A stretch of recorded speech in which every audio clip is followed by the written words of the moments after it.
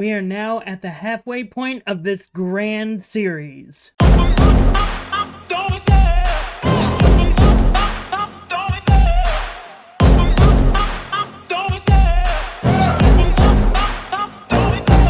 love the chase and the hunt, and I set the pace when I'm running. I always take what I want and I always give it 100. Don't need a bank, no I'm funded. Play the game like it's nothing. I'm always thankful for something. Don't take for granted, stay humble. Now wake up!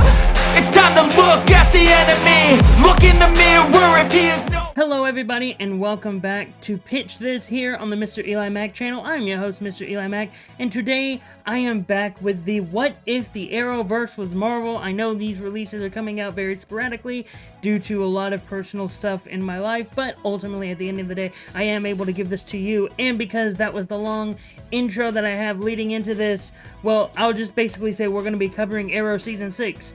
The Flash Season 4, Supergirl Season 3, Legends of Tomorrow Season 2, Black Lightning Season 1, and Crisis on Earth X, that little analog. But before I actually get into the idea, please hit the like button and subscribe to the channel. That way you can be up to date with all the videos I have here on the channel. Also hit the notification bell, that way you can be notified whenever a new video like this comes your way. Now that that preamble is out of the way, let's get into Arrowverse Season 6, which is, of course, the Captain Season 6. We have our new main characters, and around this time, the plot line for Season 6, specifically with Oliver Queen, was that he was now the mayor of Star City. And sort of, when I was looking at Captain America, I personally don't like the idea of Steve Rogers becoming a political figure in this universe and looking at it like that. So instead of him becoming a political figure, I just have it to where he retired from being Captain America, because very much the first 5 seasons dealt with Captain America working with S.H.I.E.L.D., and though S.H.I.E.L.D. still has a presence in this show, like at least in this season, S.H.I.E.L.D. is more of a lesser degree now. In fact, I have it to where Steve Rogers just retires from S.H.I.E.L.D. and sort of retires from being Captain America in the early part of the show.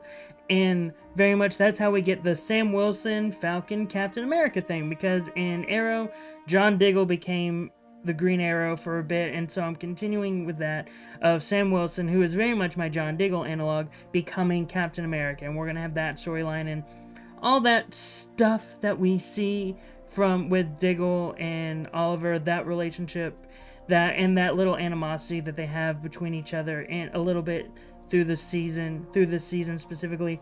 Steve and Sam will have that relationship, and eventually Steve will come back to become Captain America due to nefarious reasons.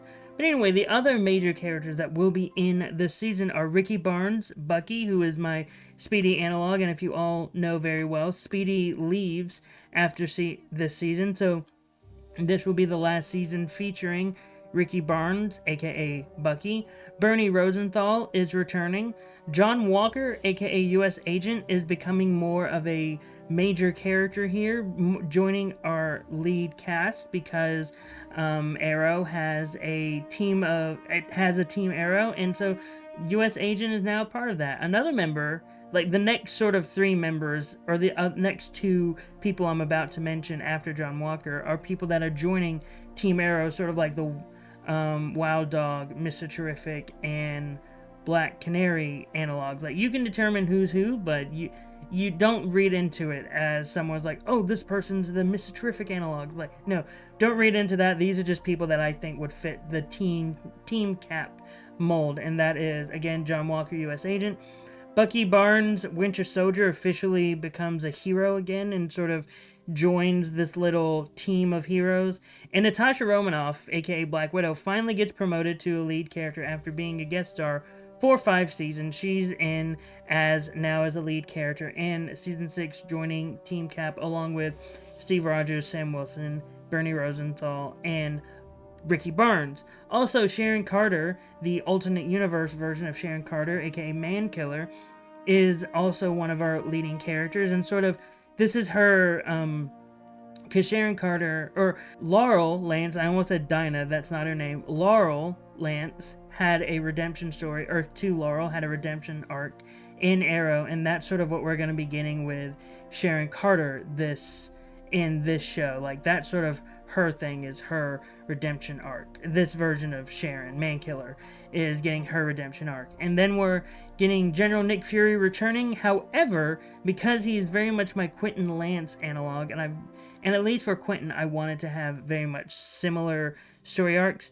This will be the season where General Nick Fury dies. We will be seeing the death of Nick Fury, and because we're sort of seeing the death of Nick Fury in this, that's when a character like Maria Hill is going to be a bit more prominent. She's going to be more prominent in this, and very much the character who was like the FBI investigator who's trying to find out who the Green Arrow is and put him in jail. That's very much going to be Maria Hill's position. Like, she's still someone that doesn't trust Steve Rogers, especially now that he left S.H.I.E.L.D. She does not trust him at all, and very much once General Nick Fury dies at the end of the show, she's like, okay, Cap, you've been doing a lot of your superheroics because General Nick Fury allowed you to. I'm not gonna allow that, and because of that, there have been many laws that you have broken, and we're bringing you in. We're putting you in prison. And Captain America Steve Rogers lets it happen as long as Maria Hill decides to ignore all of his other heroes and all the other Team Cap members. Maria Hill will only go to jail, or Maria Hill will only arrest Steve Rogers, and that is what happens. So Steve Rogers is the only one that's arrested, and that's very much at the end of the season, so we can do the Prison of Captain America season. But anyway, the other major characters are Lila Taylor, who is the love interest again, very much, or Layla Taylor. I keep on, the way it's spelled, I don't know how to properly pronounce it, but she is the Lila Michaels analog, the love interest to Sam Wilson. G.W. Bridge, who was an ally of Nick Fury, he is sort of in as sort of the next sort of ally for Steve after Nick Fury dies, but he's being sprinkled in throughout this season. Carly Rise, this comic book name, she's someone that in the comics she was a love interest to U.S. Agent, and I'm very much bringing her in to sort of be the character that sort of humanizes U.S. Agent, because throughout the time we've had U.S. Agent, we've never really fleshed him out as a human character and made him sort of someone that has, like, other stuff about him than just, I am Captain America, but not. So this is meant to, like, flesh his character out. And another character that is very much connected to Bucky, or Winter Soldier's story arc, is Kobik, who in the comics is very much a physical representation of the Tesseract. However, in this version, I'm changing that completely. I know a lot of people will hate that I'm changing that. I'm just having it to where she is a superhuman in this universe that Winter Soldier was able to find and sort of started raising her as his own daughter. Does that mean he's sort of the wild dog analog in this instance? Sure, why not? We'll just go ahead and say that. He is very much the wild dog analog. Now, another character that I never mentioned last season, but is a major character, or sort of the idea of this character is major, is because in Arrow, around season 5, but definitely during season 6, a major character was William, who was the son of Oliver, and I very much wanted that sort of character with Steve. However, Steve is really old, and in terms of real world, he was fighting in World War II. And so, in this idea, his son would be probably in his 40s or dead. And so, I was thinking, okay, why don't we have him have like a grandson? Like, because I'm, in my little headcanon, him and Peggy got together once in the flashbacks, and then she just had kids, and this is sort of his descendant, and it's sort of like a great grandson, and that character is James Carter. She never actually gave her family the name of Rogers, so they still had Carter, and this is James Carter, who is very much an analog of the next Avengers Heroes of Tomorrow character James Rogers, who is the son of Captain America and Black Widow. I'm just changing that little Black Widow, where he is just the great-grandson to Steve Rogers and Peggy Carter. I just really wanted to add that little dimension to it, and I really hope, fingers crossed, that people would appreciate that. Now, it's time to get into the main antagonist. Now, Season 6 had an interesting thing where there was the main antagonist played by Michael Emerson. I can't remember what his character was called. Kate and James were sort of the early main antagonist until it was revealed. Actually, no, it's Ricardo Diaz, the Dragon. And so I've decided to do that as well, where the main character is Seth Volker, aka Sidewinder, who is sort of the creator of the Serpent Society. So the Serpent Society is very much a classic Captain America villain group, and they're sort of serving as the main antagonist of this thing. And Sidewinder is very much, or Sidewinder, it's named after a snake, is very much serving as the early half antagonist until it is revealed that Klaus Voorhees, aka Cobra, is actually the main antagonist, and he goes from he becomes sort of the new leader of the group, and he goes from calling himself Cobra to King Cobra, which is sort of what happened in the comics. Klaus Voorhees was Cobra and just a member of the Serpent Society, but then he became the leader and started calling himself King Cobra. And sort of the other members of the team are Quincy McIver, aka Bushmaster, who, when I was looking at it, I very much saw him as the Anatoly Knyazev character, who is someone that very much is an antagonist and sort of may have some history with one of the characters, not specifically Steve, but one of the characters, but then sort of gets redeemed, or wants to try to be redeemed in the end.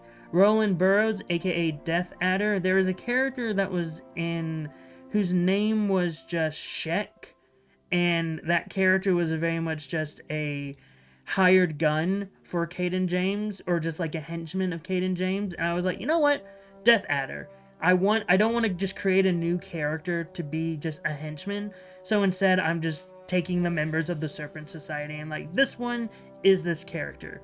And Death Adder is a character that is very much a quiet character in the comic, to like his entire mouth is covered up like this, so I would just have him be a silent henchman or a silent member of the team. And then we have Rachel Leeton as Diamondback, who is very much, when I was looking at it, as a Vincent Sobel vigilante character, who is very much just, she is not an overall villain of it all, she's very much a conflicted character who isn't, again, a flat-out villain, and her and Captain America in the comics have a history with each other, being love interests. I would never actually delve deep into that because Cap is very much in a relationship with Bernie at this point in the show, and so they just have a chemistry with each other. Another member of the Serpent Society is Tanya Seeley, aka Black Mamba, and another character is Blanche Sitnitsky. Oh man, her last name was hard. Blanche Sitnitsky, who is Anaconda in the Serpent Society. So those would sort of be like the main villain team of this all, but mainly it would be Cobra versus Captain America at the end for the final fight. And Cobra doesn't die, he goes to jail, similar to how Ricardo Diaz went to jail at the end of Season 6 when the other members sort of like scattered and also went to jail or died. Sidewinder would definitely die. And that's sort of the organization, and it's just Cobra trying to become a grander mob or grander villain or something like that. Grander power in New York. And yeah, that's sort of the way it would go. But now we move on to the Flash Season 4 analog, which is Iron Man Season 4. And so we have the returning cast members of Tony Stark's Iron Man, Pepper Potts, Bethany Cabe, Rhodey Rhodes as War Machine, Michael O'Brien as Guardsman, Edwin Jarvis, Happy Hogan. They're all the main heroes of our team. But then we have to move on to who is the analog for the Thinker, the analog for Clifford DeVoe. And that was someone that I was really thinking hard. I had multiple, like, I was looking through the list of Iron Man villains, and I was looking through, and I'm like, okay, who could be the Thinker? And then it just hit me. It dawned on me when I was looking through the list, and at first I skipped over this character. I was like, no, that's too crazy. And I was like, the Thinker is a guy in a chair. It has to be MODOK. So MODOK is the main antagonist of Iron Man Season 4, where we will see a version of the Thinker who looks like George Tarleton, a normal person, sort of similar to Clifford DeVoe. But then when we actually see what he really looks like, it's MODOK. It's Big Head MODOK. And so MODOK would be the main antagonist of Iron Man Season 4. His evil plan is trying to spread the influence of AIM throughout the world and sort of slowly begin to take over people and make people into super adaptoids. Like, that's his main thing. It's creating super adaptoids, and because of that, he's sort of taking different people and taking different power sets from different characters throughout this Marvelverse and creating a super adaptoid. But anyway, that's just the basics of his villain plan. Now, some of the supporting characters, Rumiko Fujikawa, she's returning. She's been someone that I remember when I first introduced her in Season 1, she was someone who's like, oh yeah, she's just going to be Season 1 character and we won't really hear the rest about her after Season 1. But she's, as of right now, become a very steady recurring character who has not been promoted to main character. I think some people might be upset with that since she's been in the show for so long as a recurring character, but she will continue to be a recurring character and continue to be a major love interest for Happy Hogan. Monica Rappaccini will be the supporting antagonist to MODOK, sort of serving as sort of like the wife of Clifford DeVoe, Marlise DeVoe, her character. That is very much what Monica is serving. But also she's serving as someone who wants to overthrow MODOK as well. That's sort of been her entire shtick in terms of the comics, and especially with AIM. George Clinton is a character that when I was looking up, I was like, okay, for all the villains or people who serve as villainous characters in Season 4 of The Flash, I very much want them to be connected to MODOK. So I just looked up AIM, the organization AIM, and I was like, okay, looking up characters who work with AIM. One of them was George Clinton, and I was like, you know what? Why not? I like the name. His thing was that I think he helped fund MODOK and all of his stuff. And I was like, sure, why not? And then we also have Susie Endo, Cybermancer, returning, continuing the love story with War Machine. Anne Marie Hogue, who is sort of the leader of Damage Control, she becomes a recurring character in this, sort of serving as the David Singh character, sort of like someone that reaches out to Tony and they have good chemistry and sort of work together to try to solve this MODOK situation. And then we finally get the introduction of Bambi Arbogast, who was a secretary of Tony, who doesn't take any of his BS, honestly. That's her character. She is a sassy character, and they never actually have a romance with each other. And that was someone that I think, oh, we really haven't had a character that could work with him. And whereas Bethany and Pepper also don't take his sass, there are other female characters throughout that I would have introduced that's like, oh, Tony. She's the first person that's newly introduced. It's like, nah, I don't care. She very much serves as the Sharon Finkel character, who, though in the comics she was very much a secretary character, in the show she'd be more of like a therapist character, mainly for Tony, based off of all the stuff that he's had to go through in Seasons 1 and 3 with Mandarin and the evil Crimson Dynamo and with Ironmonger. She's very much here to be like, hey, let's talk, because you need therapy. I remember what happened in the Demon of the Bottle part of Season 3. You need therapy. Let's talk. Another character that we would introduce is Carl Alexis Lombardi, another member of the AIM organization, who was just a member of the AIM organization. I don't remember what Carl actually did. To be honest, I just know he was a part of AIM, an actual comic book character, a part of AIM, and yeah, he continues to be an evil antagonist for our characters. Another character, I'm going to skip one character, the Elongated Man analog, but I'm going to go over to this one who sort of serves as the Aminet Black character, who sort of serves as like that character of where she was very much a, hello, I have superpowers and I'm also a evil gangster here in Central City. This person is just an evil person with superpowers and just so happens to be the main henchman of MODOK. And that is a character named Ace Fester, aka Grizzly. Now, I'm very much in this idea, taking two characters, putting them together, and then adding a third. And it's basically me doing... So Grizzly has been three different people. Ace Fester from the Old West, a guy named Grizzly that worked for AIM, and then Maxwell Markham, who is Grizzly and wears a bear costume. So I'm basically taking all three of those versions, put them in the one. Taking the name of Ace Fester, I'm I'm just making...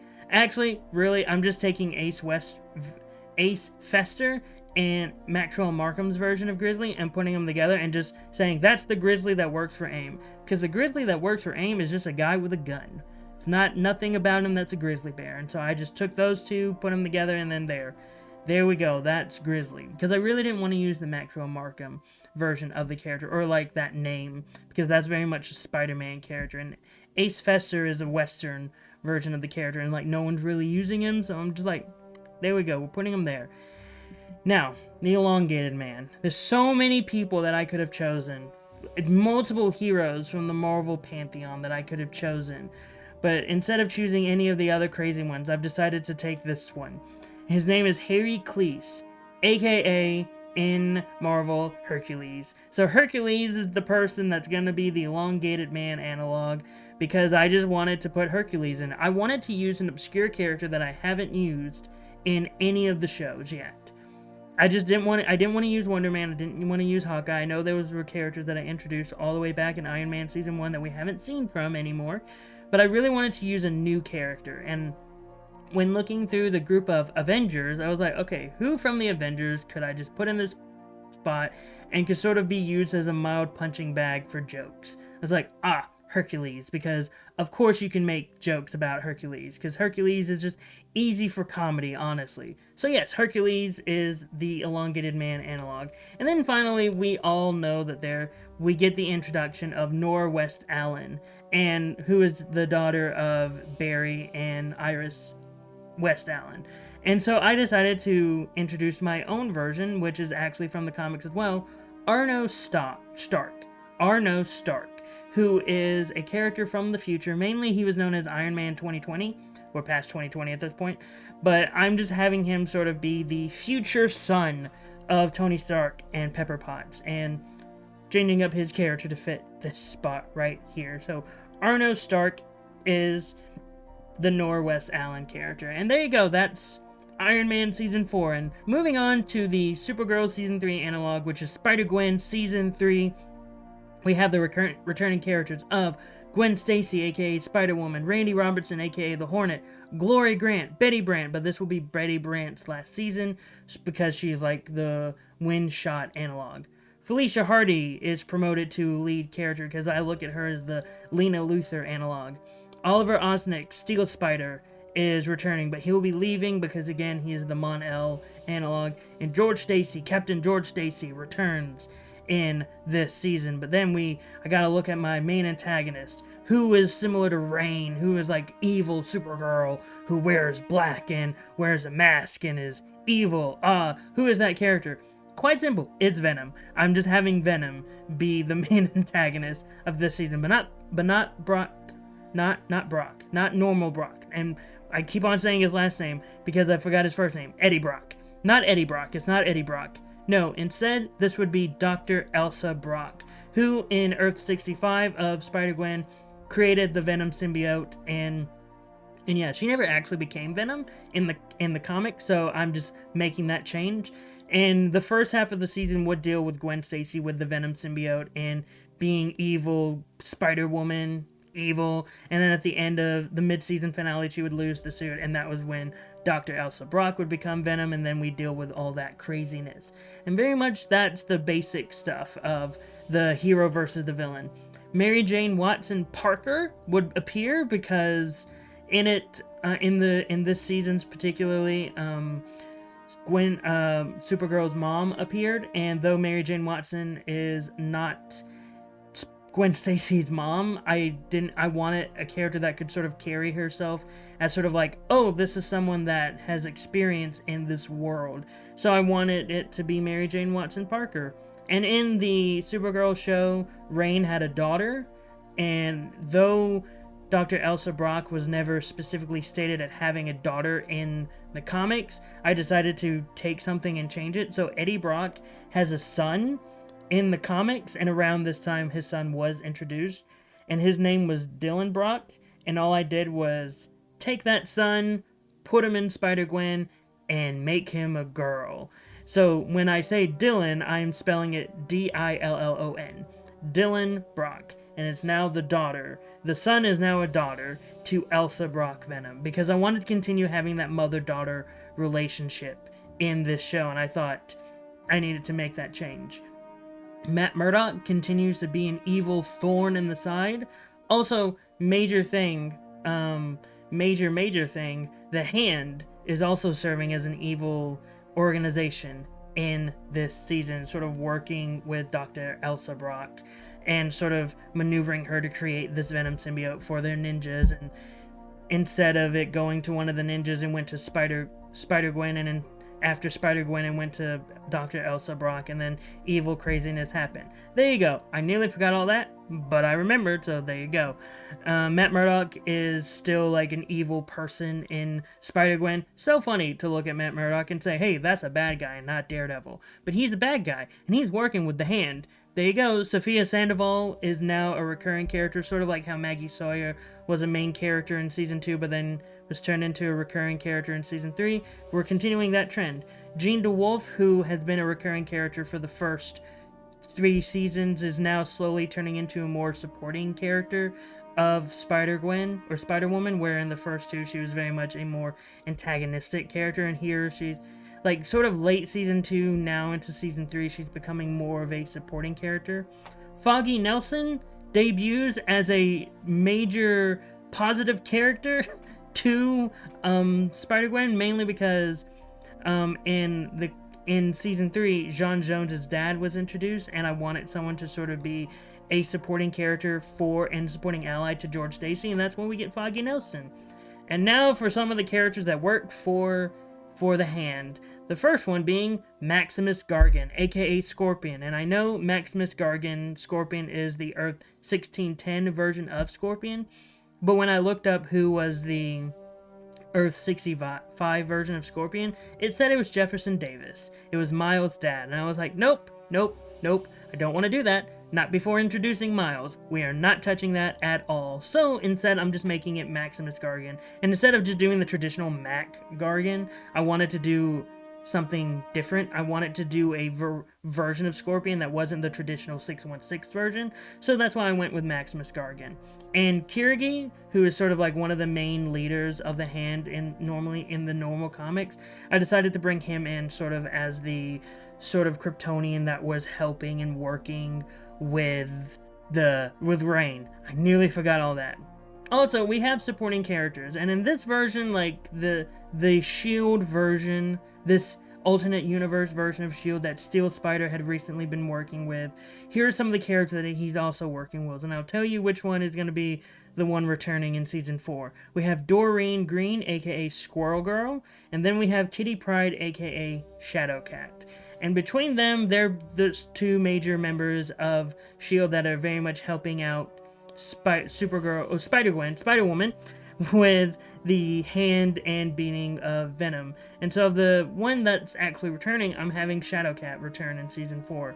Mainly because in the comic, Spider-Gwen, Gwen is someone that looks up to Shadowcat. And I think Shadowcat is also someone that is very much a recurring character to Gwen and continues to speak with her on multiple occasions. So I was like, okay, Shadowcat, you're now a main character in Supergirl, because I very much wanted that story. And anyway, that's Spider-Gwen Season 3. We now move on to the Legends of Tomorrow Season 3 analog, and it is Exiles Season 3. And some of our returning characters, and I'll tell you some of the other stuff, are Claire Ferguson Blink, Kevin Sidney Morph. I'm not telling you what Earth they're from. They've been recurring characters. The newer characters I'll mention: John Proudstar, Thunderbird, TJ Wagner, Nocturne, Calvin Rankin, Mimic, Magnus AI, Heather Hudson Sasquatch, and Victor Creed Sabretooth. They're the returning characters, and I will mention this, I'll go ahead and mention this right now.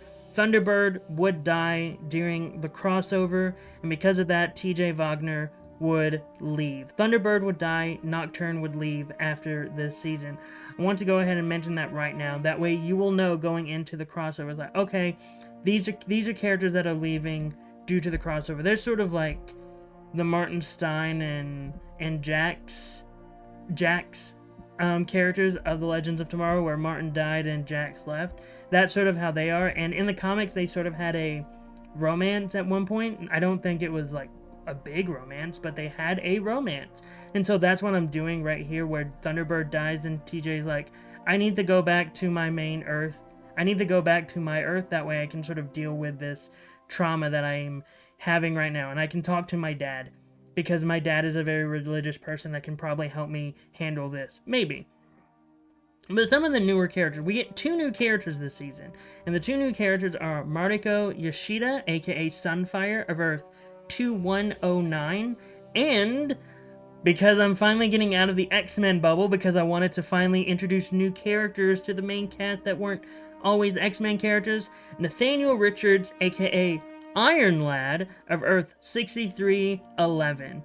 And Iron Lad, this version of Iron Lad specifically, is the one that helps form the Young Avengers, and I'm sort of having it to where Sunfire is sort of the new character that's introduced at the beginning of the show, and then midway through post crossover, that's when Iron Lad comes in and starts referencing like, oh, by the way, there's this evil thing that's happening that's bigger than all of us. You've been seeing the effects, but here are some of the bigger things that are happening, and he's sort of the one that sort of starts steering the ship a little bit more. And our recurring characters, Nathan Summers, aka Cable of Earth 616, he is no longer a main character, he is a supporting character, and someone I didn't think about killing him in this season, sort of like how they killed Rip Hunter in Legends of Tomorrow Season 3. I didn't think of that, so who knows? Whatever you think happens, it's in your mind. Amara Akia, aka Magma of Earth 6706. She is someone that will be a supporting character. Also, in my mind, she's sort of like the Ava Sharp character. And so after Season 2, similar to how Rip Hunter created a new little time bureau, Cable created a new sort of new multiversal awareness pool known as the Beyond Corporation. And Magma is someone that works for Cable at the Beyond Corporation. Another person that works at the Beyond Corporation is Tabitha Smith, aka Boom Boom of Earth 11052. She is someone that's sort of like a newer member of the team. Magma is sort of like her superior, and like Boom Boom is her trainee. Boom Boom is a character from the X-Men. Don't know how many people knew that, but there you go. Another person who's sort of like the leader, sort of like how Rip Hunter was the creator, but then there was a boss because he put a boss in. Sort of like Cable is the leader, but he put a boss in named Number None of Earth 63163. And though in the comics, this Number None turns out to be a baby MODOK, I'm not doing that, because I'm going to have Number None die. Very, like, the moment when all the evil stuff starts getting revealed, Number None will get killed. And speaking of evil stuff, here are some of the villains in it. One of the main henchmen is Aaron Stack, aka Machine Man of Earth 9200. And Baron Wolfgang von Strucker is brought back to life, and it's our version of Earth 616 version of Baron Wolfgang von Strucker. He is someone that's brought back to life and has served as an underling. He's sort of like Damien Dark. Like in Arrow Season 4, he's Damien Dark of this. But I'm not making him sympathetic like Damien Dark. I will never do that. Aaron Stark is very much serving the Kawasa part of the show, sort of like someone that has powers but is mainly a henchman. And then someone who is sort of forced to be an antagonist, but she's not really an antagonist. She's just forced to by the main bad guy. Jennifer Walters, aka She-Hulk of Earth 12. Again, she is someone that is basically being forced to do all this, and she is of Earth 12, so she knows Mimic. Those two have a relationship with each other outside of before all this. They have a relationship with each other as like friends. So I very much want that to be a major plot point of, oh, these are two former friends that are forced to fight each other. And you can tell She-Hulk doesn't want to. Her cousin is just forcing her to. And yes, I did say her cousin. And yes, the main antagonist of Season 3 of the Exiles is Bruce Banner, aka Maestro of Earth 9200. I've been hinting at using Bruce Banner in so many things, especially all the way back of Iron Man Season 1 with General Thunderbolt Ross. I just never put him in any of my main universe stuff. So here is Hulk as the main antagonist, and it's Maestro, his evil persona from the future. And yeah, I'm very much serving Maestro as like, oh, he's very much looking at the multiverse when he discovered it of, oh, nothing, this isn't good. I want to conquer all of this. I want to be the strongest there is, and the smartest there is. And so, here I go, invading everything. And because of this, once the Exiles discover who the main big bad is, they're sort of overwhelmed, and they need someone with magic, because the bad guys are using magic for their advantage. And so who do they call? Yes, they call Dr. Stephen Strange, aka Dr. Strange of Earth 41101. Not the main Earth Doctor Strange, and not even the 1610 Doctor Strange, Earth 41101. And this version of Doctor Strange literally just became the Sorcerer Supreme. He is new at this, he's new at getting used to all these major powers, and so he's not as powerful as everyone might think. I very much want to specify this. This Doctor Strange is not as powerful as everyone would think. And that's sort of Exiles Season 3 with all that and Maestro. And now we move on to the Black Lightning analog. And I know this one is going to be hard for people, because I know the obvious one is Luke Cage. And originally, I had Luke Cage written down. I was going to make this Luke Cage. But then I thought, that's too obvious. And my brain, because it's been wired to watch 2 seasons of a Luke Cage series, is just wired to mimic what that show did, what the Netflix Luke Cage did. My brain is just wired to be like, no, just do this, do this, do this. And so because of that, I chose to pick a different hero. One where it was a lot easier to go a little bit more original with some of the ideas, and someone that I was able to like mold into whatever I want, because Luke Cage is sort of like it's hard to mold Luke Cage into something else, especially with a TV show that already exists out there. So for this one, I was like, okay, here's the character I'm choosing. A character that wasn't Luke Cage. And now I'm going to mold that show into what I need it to be and for what I need it to match with Black Lightning. So the show is Night Thrasher, based off of the late 80s, early 90s comic book character Night Thrasher, who was the leader of the New Warriors at one point. Dwayne Taylor is Night Thrasher, who in this universe, instead of it being an older hero, sort of like a guy who is full-on retired from being a superhero, in this one I'm sort of serving it as like a late teenage hero, like he's almost out of high school, about to go into college hero, sort of wanting to try to save his city. Aaron Chord is a supporting character who was his guardian's son is this character, Aaron Chord. Yeah, it was weird when I was looking him up. His half-brother, Danielle Taylor, is in it as Bandit. Janelle Chord is another one of his guardian's daughter, Man, this is so hard when I was putting this all together, trying to remember everyone's piece. But anyway, Night Thrasher is very much serving Black Lightning. Aaron Chord is serving Jennifer Pierce. Danielle Taylor, Bandit, is serving Anissa Pierce, Thunder.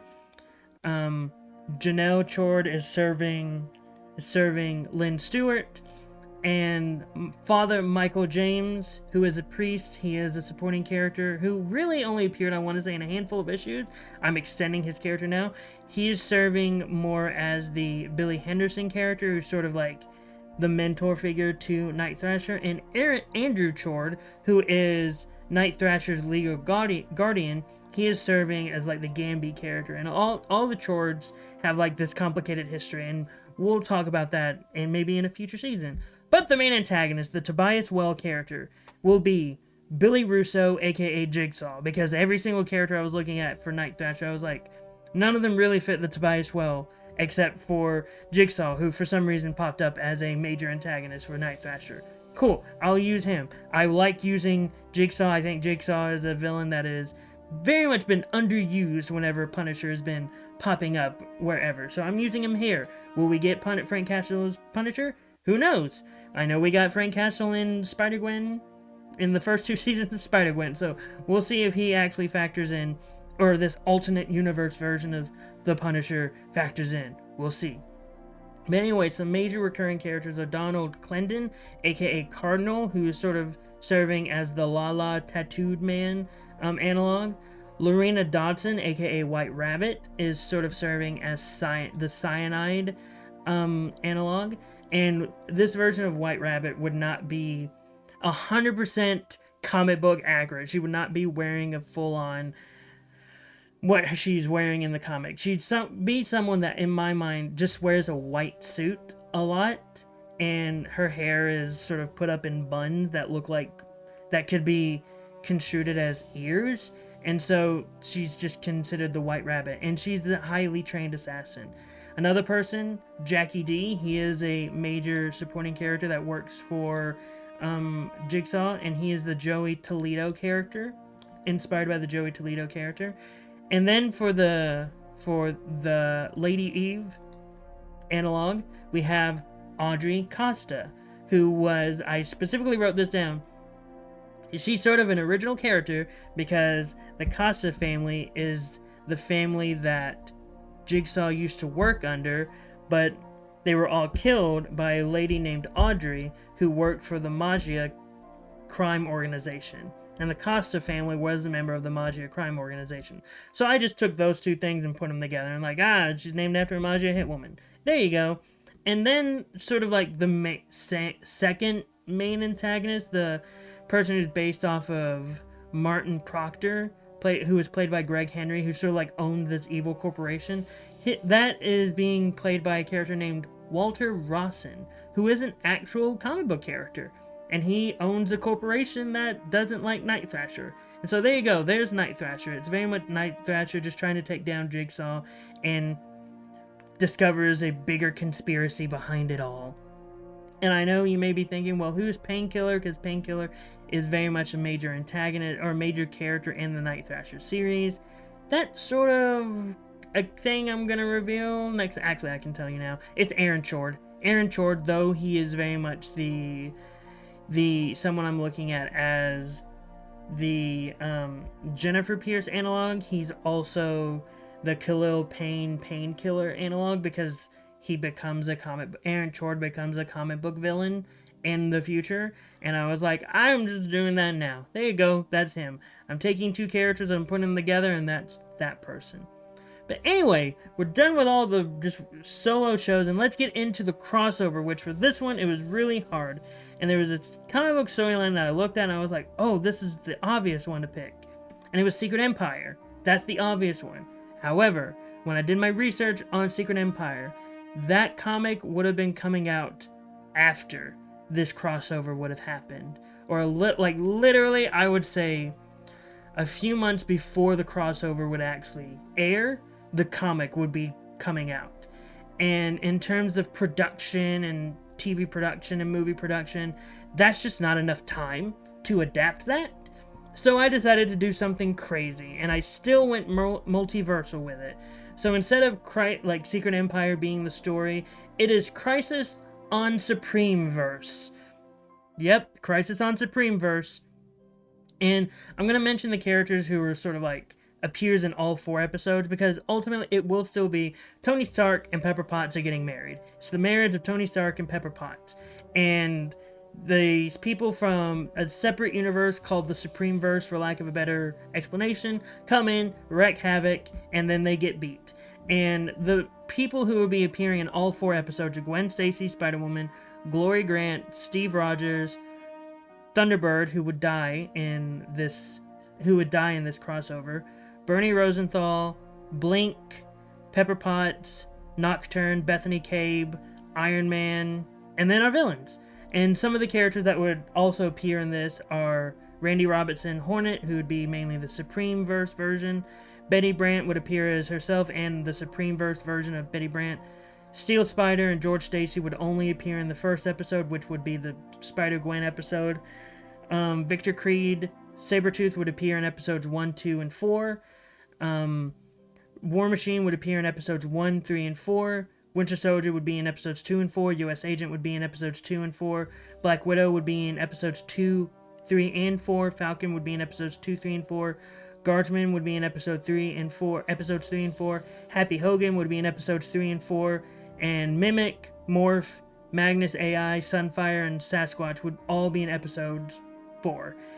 And now the Supremeverse. If you haven't guessed it by now, because Supremeverse and Supreme is a major thing in Marvel, specifically for one team from an alternate universe.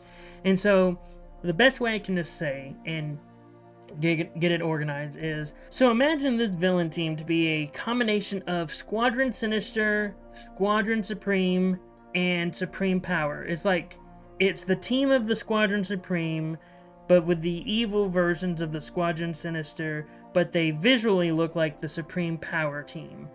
That's the best way I can describe it. I will hopefully have images up if I remember to do that. So the team would be Hyperion, Nighthawk, Power Princess, Blur, and Dr. Spectrum. Also, if you know your Marvel Comics, this team, the Squadron Supreme, are analogs of DC characters. So Hyperion is Superman, Nighthawk is Batman, Power Princess is Wonder Woman, Blur is the Flash, and Dr. Spectrum is Green Lantern. So it's very much going to be these Marvel heroes and these major Marvel characters, Marvel Avengers of sorts, going up against the Justice League. And I thought, why not? Let's just do that. Crisis on Supremeverse. That's the story, and it's during the wedding of Tony Stark and Pepper Potts. It's just the Squadron Supreme wanting to take over this Earth that is happening, that we're on. So yeah, that is the crossover, and that's it for part 5. There was so much to talk about, and there's going to be even more to talk about next time for part 6, because part 6 is when I'm going to be introducing the Batwoman analog in that crossover. So yeah, I hope you're all ready for that, and then after that I'm going to be doing that Batwoman show. But anyway, I hope you're all ready for that. I know my brain is ready to take a break from all this, and I'm getting very tired. Not tired of doing this. I love doing this. I love going through these thought experiments. But when I get done with this massive thought experiment, I'm going to need to take just a mini break, because yeah, this is a lot. But anyway, what were your thoughts on the analogs in this version of it, of the Marvelverse? Whatever your thoughts, post them in the comments down below. Also, don't forget to hit the like button if you like this video, and hit the subscribe button so you can be aware of all the videos I have here on the channel. Also, hit the notification bell, that way you can be notified whenever a new video like this comes your way. But with all that being said, I've been Mr. EliMac, you have been the audience, and I hope you all have a great rest of the day. Boom!